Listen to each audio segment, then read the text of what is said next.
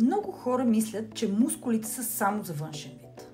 И като казвам, че трябва да правим силови тренировки, особено след 40, срещам отговори като не искам да се превръщам в буца, или много ми е скучен фитнеса, или просто само с кардио се свалят килограми. Но истината е, че мускулите са един от най-важните органи за контрол на кръвната захар и за отслабването. Когато ядем въглехидрати, тялото ги разгражда до глюкоза. И тази глюкоза трябва да бъде съхранена някъде. Първото място е нашия черен дроб.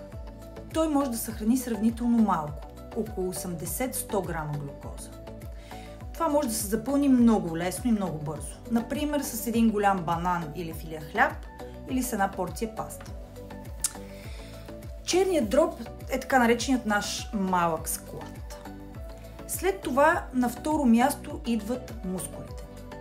Те могат да съхранят няколко пъти повече, понякога до над 300 до 500 грама глюкоза, в зависимост от това колко мускулна маса имаме. Какво означава това? Това означава, че ако човек има повече мускули, той спокойно може да поеме повече въглехидрати, като например цяла пица плюс плодовете след това, без реално това да вдигне кръвната му захар. Просто защото мускулите буквално изсмукват глюкозата и я използват за себе си. И ето го заключението. Колкото повече мускули има един човек, толкова по-голям е капацитетът му да абсорбира глюкоза. Повече мускулна маса означава по-ниска кръвна захар, по-ниски инсулинови пикове и по-добра метаболитна гъвкавост.